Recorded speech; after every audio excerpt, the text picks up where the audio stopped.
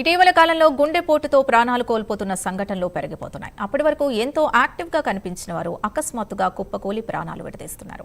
వయసుతో సంబంధం లేకుండా యువకులు, వృద్ధులు గుండెపోటుతో కుప్పకూలి చనిపోతున్న ఘటనలు చాలానే చూస్తున్నాం.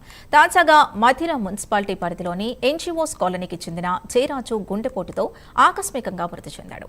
ఖమ్మం ప్రైవేట్ కాలేజీలో లెక్చరర్గా విధులు నిర్వహిస్తున్న జయరాజు క్లాస్ రూమ్లోనే కుప్పకూలాడు. జయరాజు మృతితో కుటుంబంలో విషాద ఛాయలు అలుముకున్నాయి. మృతుడికి భార్య, 2 పిల్లలున్నారు.